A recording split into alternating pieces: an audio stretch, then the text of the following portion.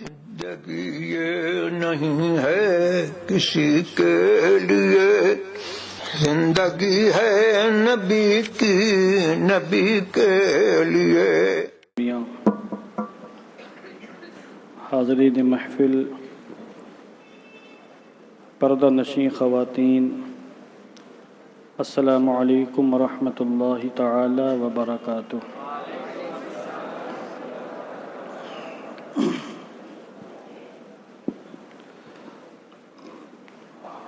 نحمده ونصلي ونسلم على رسوله الكريم،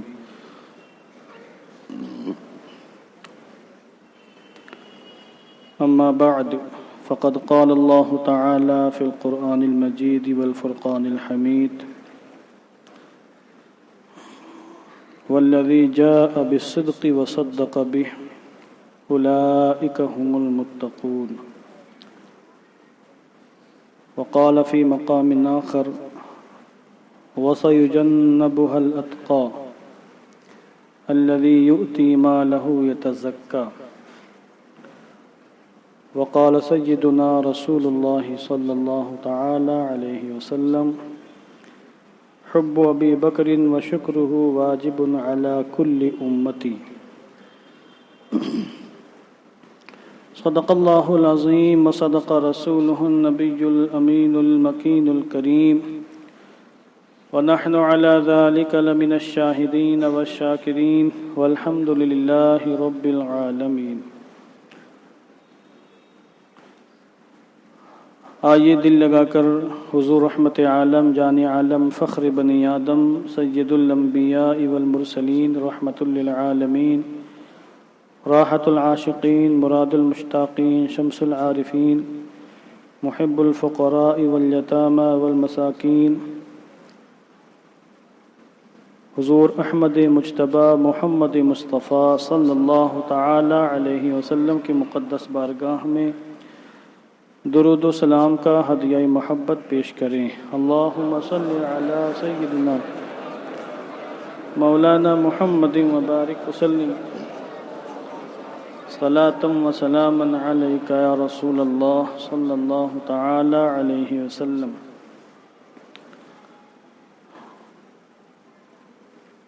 اللہ رب العزت کی بے پناہ فضل و کرم اور توفیق و عطا سے آج ہم ذکر شہدائے کربلا کی چوتھی محفل میں شرکت کی سعادتیں حاصل کر رہے ہیں۔ دعا کرتا ہوں کہ اللہ عز و جل ہم سب کو اس محفل پاک کی حقیقی برکتوں سے مالا مال فرمائے، اور اس محفل پاک کو اور آنے والی دیگر محفلوں کو ہم سب کی بخشش کا، نجات کا سامان بنائے۔ سب سے پہلے ایک اعلان سماعت فرما لیں۔ یہ جو بیانات ہو رہے ہیں یہ باقاعدہ نشر ہو رہے ہیں۔ جن حضرات نے اپنے گھروں میں محبوب سبحانی ساؤنڈ سروس کا کنیکشن لیا ہے، ان کے گھر کی خواتین بھی بیانات اپنے گھروں میں سماعت فرما رہی ہیں۔ اس لیے جو حضرات اپنے گھر کی خواتین کو بیانات سنوانا چاہتے ہیں وہ ہمارے مؤذن صاحب سے رابطہ قائم کریں تاکہ ان کے گھر بھی کنیکشن لگ سکے اور یہ بیانات ان کے گھروں تک پہنچ سکیں۔ اور دوسری بات یہ کہ یہ آواز گھروں تک جا رہی ہے، سب سے میں عرض کرتا ہوں جن حضرات نے ماہانہ فیس نہیں جمع کی ہے وہ جمع کریں، ورنہ یہ سسٹم ہم کو بند کرنا پڑے گا، اس کے اپنے اخراجات ہیں۔ تو اب لوگوں نے کنیکشن تو کروا لیے ہیں، اب 150 روپے ماہانہ دینے میں ان کی حالت خراب ہو رہی ہے۔ کئی لوگ ایسے جنہوں نے 4 مہینے سے 5 مہینے سے اس کی رقم ادا نہیں کی ہے، تو ان کو سوچنا چاہیے۔ ایک دن کے لیے الیکٹریشین کو بلاتے ہیں تو پھر 1000-1200 چلے جاتے، یہ پیسہ کہاں سے آئے گا؟ اس لیے اگر وہ اس سروس کو جاری رکھنا چاہتے ہیں تو پھر وہ تعاون کریں، ان کو چاہیے کہ ہمارے قدم سے قدم ملا کر مزید تعاون کریں، مگر جو ان کی فیس ہے وہی نہیں دے رہے ہیں، تو یہ اچھی بات نہیں ہے۔ لوگ دیگر اخراجات میں خوب پیسے لٹاتے ہیں، مگر جب دین کی تبلیغ کے لیے، دعوت کے لیے، اسلامی پیغام کو پھیلانے کے لیے بہت ہی معمولی سی رقم دینی ہوتی تو 50 بار نہیں، نہ جانے کتنے بار سوچتے ہیں۔ یہ افسوس کا مقام ہے۔ اب ظاہر سی بات ہے، معمولی سی رقم ہے تو کسی کو لیتے بھی شرم آتی، بار ٹوکتے شرم آتی ہے، اور لوگ بھی کہتے ہیں بھائی کیا بار ٹوک رہے ہیں آپ، دے دیں گے، ہم کہیں بھاگے جا رہے ہیں کیا؟ کیوں نہیں دے رہی؟ پھر بھاگے نہیں جا رہے ہیں تو اس کا مطلب بھاگنے کی نیت ہے اور نیت آپ کے فاسد ہے، یہ اچھی بات نہیں ہے۔ آپ تعاون کریں۔ ایک سروس شروع کی گئی یہاں سے فقط دین کی تبلیغ کے لیے، اور اس مقصد کے لیے کہ یہاں سے جو بھی بیانات ہوں، جو بھی دروس ہوں، وہ آپ کے گھروں تک پہنچے۔ آپ کے خواتین جھاڑو دیتے ہوئے، کپڑے دھوتے ہوئے، برتن صاف کرتے ہوئے، گھر کے کام کاج کرتے ہوئے بیانات سنتے رہیں، ان کے علم میں اضافہ ہو، ان کے عقیدے میں نکھار آئے، معلومات میں خوب ان کو اضافہ محسوس ہو۔ تو ظاہر سی بات ہے اگر تعاون نہیں ملے گا تو یہ چیز بند کرنی پڑے گی، چونکہ ہم لوگوں کی جیب اتنی مضبوط نہیں کہ اپنی جیب سے چلا سکیں، سمجھے آپ؟ تو یہ جنہوں نے کنیکشن لیا ہے ان کو چاہیے کہ اور لوگوں کو جوڑنے کی کوشش کریں، ان پر جو بقایا ہے ہمارے مؤذن صاحب سے ملاقات کر کے بقایا کو وہ ادا کرنے کی کامیاب کوشش کریں۔ عبدالرشید پڑھ لیجیے۔ اللہم صلی علی سیدنا شفیعنا حبیبنا مولانا محمد مبارک وسلم صلی اللہ صلاۃ و سلام علیک یا رسول اللہ۔ بعض احباب نے یہ گزارش کی یا حکم دیا کہ تھوڑا سا ہم لوگوں کا بھی خیال کیا جائے۔ آپ صرف طلبہ کے لیے بیانات کر رہے ہیں اور ہمارا اس میں خیال نہیں رکھا جا رہا ہے۔ ان کی مراد یہ تھی کہ کچھ واقعات وغیرہ بھی بیان کریں تاکہ تھوڑا سا ہمیں لطف آئے، مزہ آئے، اور وہ اپنے مطالبے میں حق بجانب ہیں۔ تو آج گفتگو تھوڑی سی ہماری دوسرے رنگ میں ہوگی۔ کل میں نے رافضیوں نے ہمارے اسلاف صحابہ کرام کی شان میں جو بدتمیزیاں، گستاخیاں کیں اور اپنی کتابوں میں جو مغلظات بکے، بھدی گالیاں دیں، ان کا تھوڑا سا نمونہ، ایک چھوٹی سی جھلک میں نے پیش کرنے کی کوشش کی۔ وہ جھلک تھی، ورنہ ہے بہت کچھ۔ یہاں کرلا میں کچھ مخصوص علاقے ہیں جہاں پر مولائی نام کا ایک فرقہ وجود میں آیا ہے۔ جو لوگ اپنے آپ کو مولائی کہیں ان سے بچ کے رہیں۔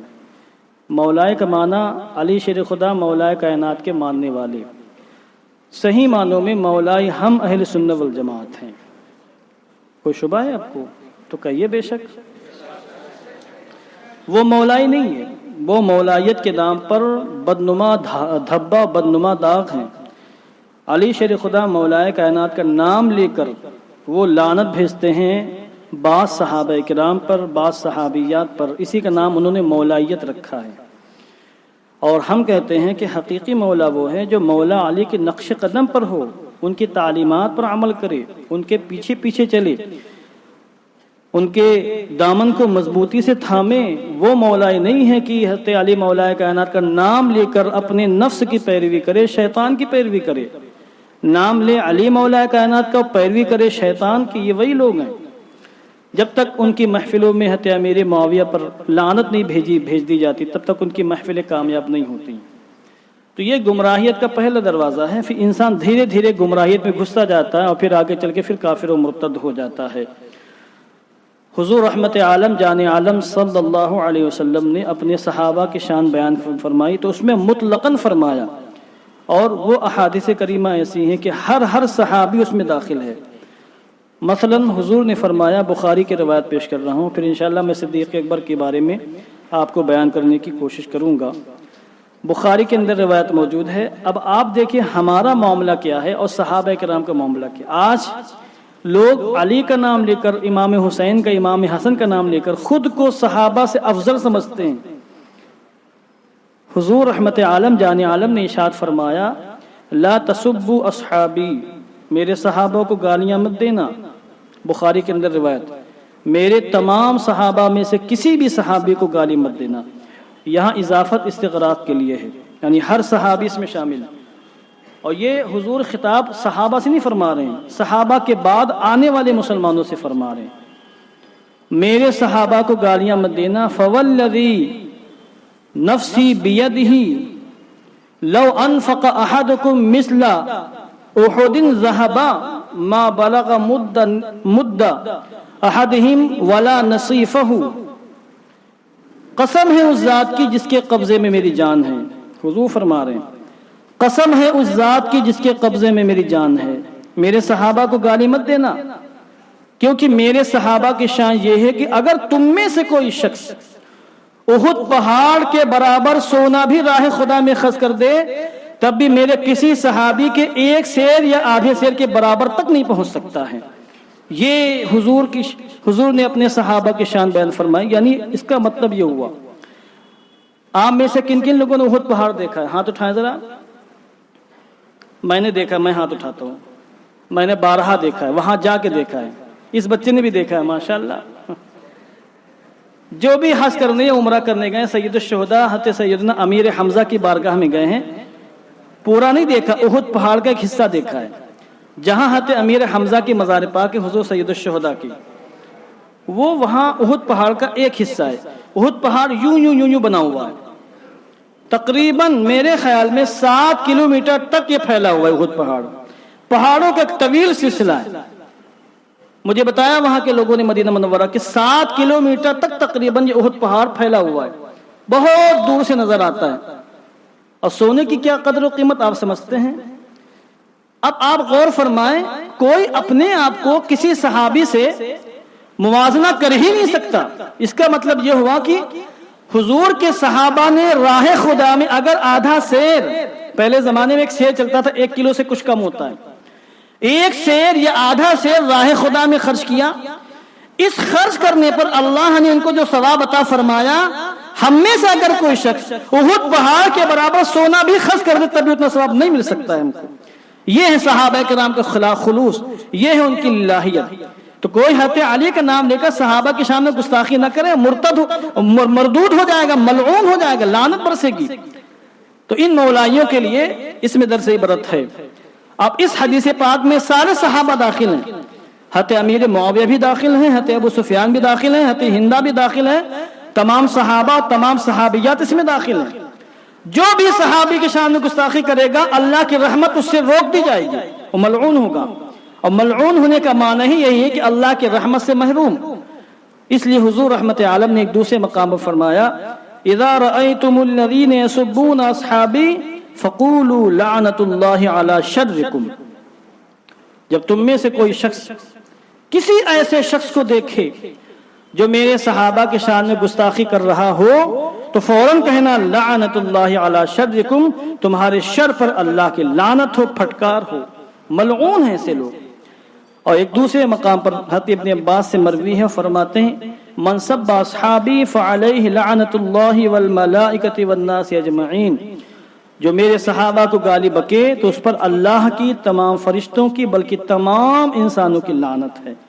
اور رحمت کا مستحق نہیں ہے، وہ انسانی شفقت کا مستحق نہیں ہے، وہ اللہ کی رحمت کا حقدار نہیں. اللہ کی رحمت سے محروم ہے ایسا انسان جس کے دل میں بغض صحابہ ہو، صحابہ سے نفرت ہو. اس قسم کی متعدد روایتیں. کل مجھے وقت نہیں ملا ورنہ میں کل ہی آپ کو سناتا، ٹائم زیادہ ہو رہا تھا. اور آج صبح سے ہی میری طبیعت علیل ہے، بدن میں کافی درد ہے، کمزوری ہے. اور یہ امام عالی مقام کا صدقہ ہے کہ یہاں بیٹھ کر میں کچھ بول رہا ہوں، ورنہ بولنے کی پوزیشن نہیں. جلاب بھی چالو ہے مزید، وہ بھی ابھی رکا ہوا ہے. اب درشی پڑھیں آپ. اللہم صلی علی سیدنا شفیعنا حبیبنا مولانا محمد وبارک وسلم صلاۃ و سلاما علیک یا رسول اللہ. حضرت سیدنا سرکار صدیق اکبر رضی اللہ تبارک و تعالیٰ عنہ کے حوالے سے تھوڑی سی میں آج گفتگو کروں گا. اور آپ کی ایسی عظمتیں ہیں، ایسی شانیں ہیں کہ ان کو 1 گھنٹے یا آدھا گھنٹے میں بیان نہیں کیا جا سکتا. پہلے عقیدے کی بات سماعت فرما لیں. طلبہ بھی ہیں، چھوٹے بچے بھی ہیں، طلبہ کو معلوم چھوٹے بچے سماعت فرما لیں. کہتے سیدنا صدیق اکبر رضی اللہ تعالیٰ عنہ ہمارے نزدیک اہل سنت والجماعت کا اجماعی عقیدہ بول رہا ہوں میں، یہ کوئی جمہوری عقیدہ نہیں ہے جس پر ہمارے پاس دلیلوں کے انبار لگے ہوئے. اجماعی عقیدہ یہ ہے کہ حضور رحمت عالم کی تمام صحابہ میں، حضور کی امت میں، انبیاء کرام کے بعد، رسولان نظام کے بعد اور 4 مشہور فرشتوں کے بعد سب سے اونچا مقام سیدنا صدیق اکبر رضی اللہ تعالیٰ عنہ کا ہے. ان کے بعد حضرت سیدنا عمر فاروق اعظم سب سے افضل ہیں، ان کے بعد پھر حضرت عثمان غنی اور حضرت علی میں تھوڑا سا اختلاف ہے کون افضل ہے۔ جمہور اہل سنت کا 99% جمہور اہل سنت کا موقف یہ ہے کہ حضرت عثمان غنی افضل ہیں، ان کے بعد حضرت علی مولا کائنات افضل ہیں، اور بعض اہل سنت والجماعت کے علماء نے فرمایا کہ تیسرے نمبر پر حضرت علی شیر خدا مولا کائنات ہیں اور چوتھے نمبر پر عثمان غنی ہے۔ مگر اتنا تو بالکل اجماع ہے اس پر، محدثین کا، فقہا کا، صحابہ کا، ائمہ مجتہدین کا، سب کا اجماع ہے۔ میرے پاس دلائل سب کتاب میں موجود ہیں، سب میں نے نوٹ کر کے رکھا ہے۔ اجماع اس بات کے اوپر ہے کہ حضرت صدیق اکبر اور حضرت عمر فاروق اعظم تمام صحابہ میں سب سے افضل ہیں۔ اس کو کہتے ہیں تفضیل شیخین، شیخین کو یعنی صدیق اکبر اور عمر فاروق اعظم کو سب سے افضل ماننا یہ سنی ہونے کے لیے ضروری ہے۔ کسی کو ٹنی بننا ہے تو بنتا رہے، جس کو سنی بننا ہے تو اس کے لیے ان دونوں حضرات کو سب سے افضل ماننا ضروری ہے، جس کے سارے عقیدے صحیح ہوں، سارے عقیدے درست ہوں، مگر وہ علی شیر خدا مولائے کائنات رضی اللہ تعالیٰ عنہ کو ان دونوں حضرات سے افضل کہے، ایسا انسان بد مذہب ہے، گمراہ ہے، وہ سنی نہیں ہے۔ اگر سارے عقیدے درست ہیں، اگر عقیدے گڑبڑ ہیں تو پھر حکم لگے گا جیسے اس کے عقیدے ہوں گے۔ یہ اس لیے میں عرض کر رہا ہوں کہ آج نہ جانے کیسے جاہل قسم کے مارکیٹ میں پیر لوگ آ گئے ہیں جو اندر سے رافضی، آدھے آدھی سنی ہیں۔ ایک صاحب ہمارے ساتھ سفر کر رہے تھے، انہوں نے گفتگو ہوئی، ایک ہی گفتگو میں مجھ سے معتقد ہو گئے، بڑی محبت سے پیش آئے، یہی بمبئی کے، میں ان کا نام نہیں لوں گا، کرلا کے باہر ایک جگہ کے رہنے والے۔ تو ایسی علمی گفتگو ہوئی تو انہوں نے یہ بات کہی کہ علی کا پہلا نمبر۔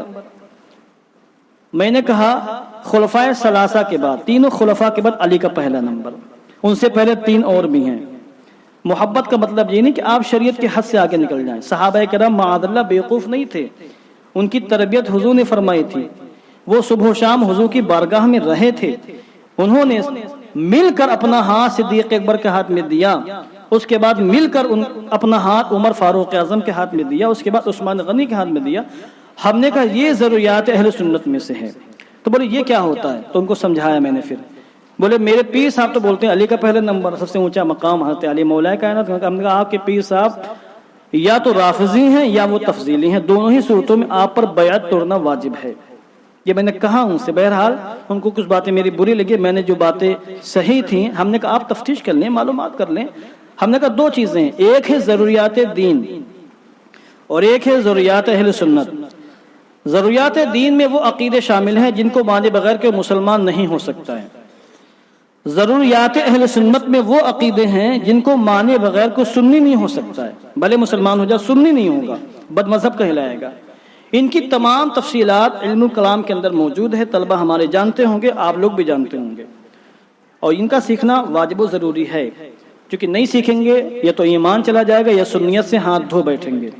بہرحال حضرت سیدنا صدیق اکبر رضی اللہ تعالیٰ عنہ صحابہ میں سب سے اونچا مقام رکھتے ہیں۔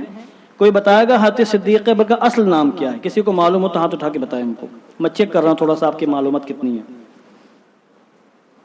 اللہ، کسی کو نہیں معلوم ہے؟ لا حول ولا قوت الا باللہ العلی العظیم۔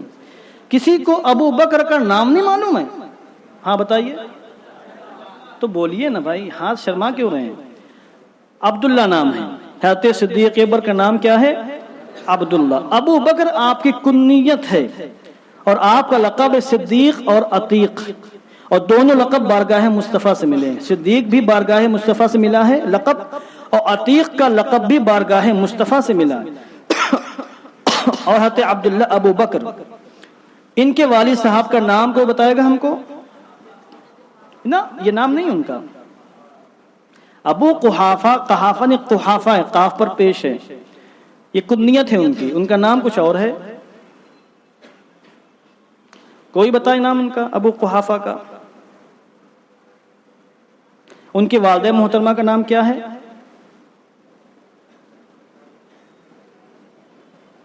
لا حول ولا قوت الا باللہ۔ اب میں بتاؤں گا نہیں، ابھی تھوڑی دیر میں بتاؤں گا آپ کو۔ آپ کے والد صاحب ابو قحافہ ہیں، والدہ محترمہ کی کنیت ام الخیر ہے، اور آپ کی والدہ محترمہ کا نام سلمہ ہے۔ کیا نام ہے؟ سلمہ ہے۔ حضرت صدیق اکبر کی شان یہ کہ 7ویں پشت میں آپ کا نسب حضور کے نسب سے مل جاتا ہے. حضرت کعب بن مرہ حضور کے ایک دادا ہیں، ان تک جا کر حضرت صدیق اکبر کا نسب مل جاتا ہے. اور آپ کی شان یہ ہے کہ آپ خود صحابی ہیں، آپ کے باپ جان صحابی ہیں، آپ کے بیٹے حضرت عبد الرحمن صحابی ہیں، حضرت عبد الرحمن کے بیٹے وہ بھی صحابی ہیں، صدیق اکبر کے والد صحابی، خود صحابی، بیٹے صحابی، پوتے صحابی. یہ شان صحابہ کرام کی جماعت میں کسی کو حاصل نہیں ہوئی کہ اس کی 4 پشتیں صحابی ہوئی ہوں. یہ شان صرف اللہ نے صدیق اکبر کو عطا فرمائی، اور اس شان سے آپ کو سرفراز فرمایا گیا کہ آپ کے والد بھی بولیے صحابی، آپ خود صحابی، آپ کے بیٹے عبد الرحمن صحابی، دیگر بیٹے بھی صحابی ہیں، مگر ان کے بیٹے صحابی نہیں. حضرت عبد الرحمن صحابی ہیں، ان کے بیٹے بھی صحابی ہیں. اتنے حضرات کو 4 لوگوں کو اللہ نے شرف صحابیت سے سرفراز فرمایا. ایک خوبی آپ کی یہ ہوئی. دوسری خوبی یہ ہوئی کہ آپ کو اللہ نے بچپن ہی سے کفر و شرک سے محفوظ رکھا. حضرت صدیق اکبر نے کبھی بت پرستی نہیں کی، حالانکہ اس زمانے میں بت پرستی کرنا بالکل عام سی بات تھی.